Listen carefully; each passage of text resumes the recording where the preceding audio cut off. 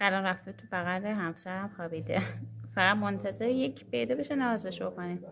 یه نکته که در مورد تدی هست که باید بدونین، این آقا پسر همونجور که میدونین آقاست دیگه. تدی هیرو ما هم پسره، چون اینا دوتاشون نر هستن به هم نمیسازن. ما گفتیم که ایشالله دعا کنین که یه صاحب خوب براش، یه سرپرست خوب براش پیدا بشه که ما اینو بتونیم بهش بدیم. یا هر کدوم از شما واقعا علاقه دارین یا واقعا خوب میتونین ازش نگهداری کنین، کامنت بذارین که اگه شرایطشو داشته باشین سرپرست این کوچولو بشین.